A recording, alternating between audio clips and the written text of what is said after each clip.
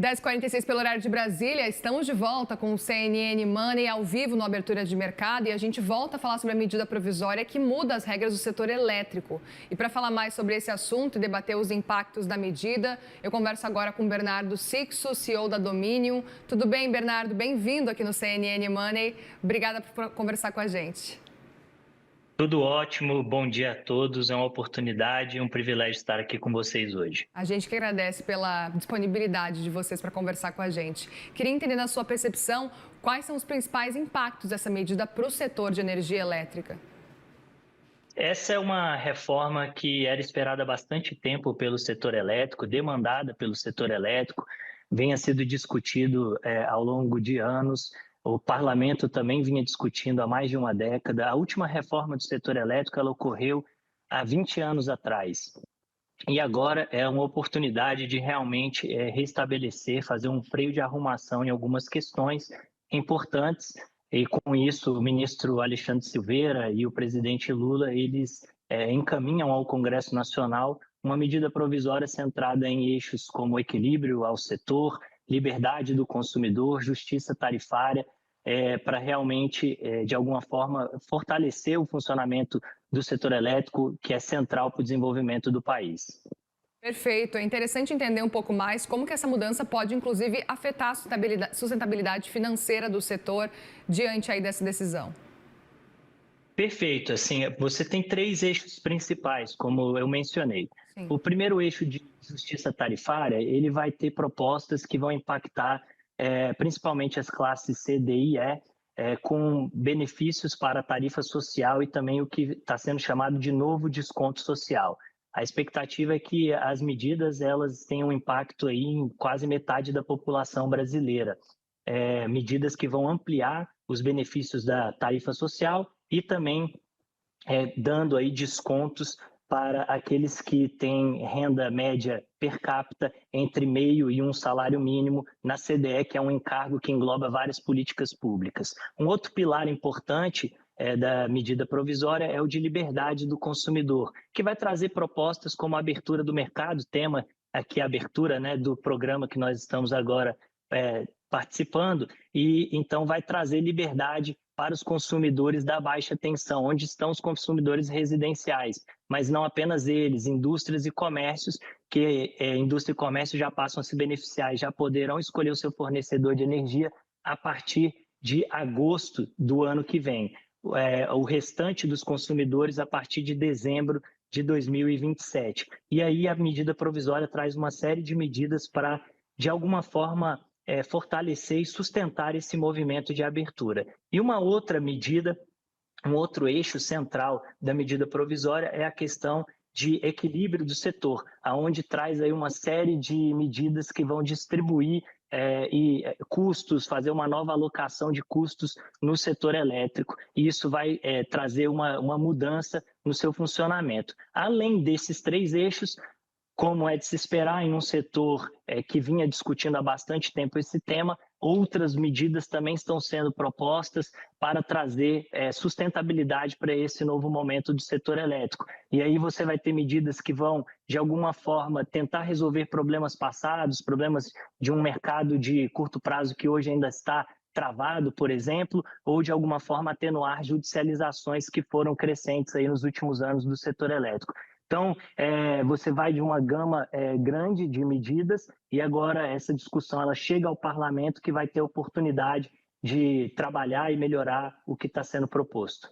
A gente pode até pensar que talvez essa seja uma espécie de mini-reforma do setor elétrico, ou ainda assim uma reforma seria importante e necessária?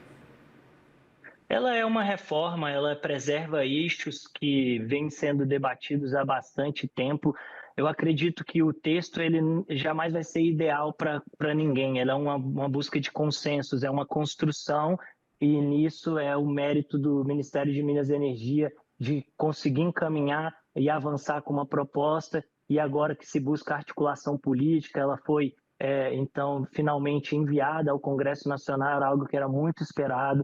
Então, ela preserva muitos temas que vinham de bastante tempo, discutidas em consultas públicas, demandadas pelo setor, e ela vai, de fato, permitir com que o setor ele funcione em novas bases. em bases mais centradas na liberdade do consumidor, na preferência do consumidor, uma liberdade de num princípio de concorrência. Então, assim, realmente a gente percebe que vai trazer uma transformação para o funcionamento do setor elétrico brasileiro. Perfeito. Outro ponto que eu queria entender ainda assim, de que forma que a gente pode pensar até em dicas para os consumidores, para os investidores se adaptarem a essas novas regras da MP e até pensar em oportunidades, levando em consideração esse movimento agora com a abertura do mercado. Essa é uma excelente pergunta, é muito importante se ater aos prazos que a MP traz.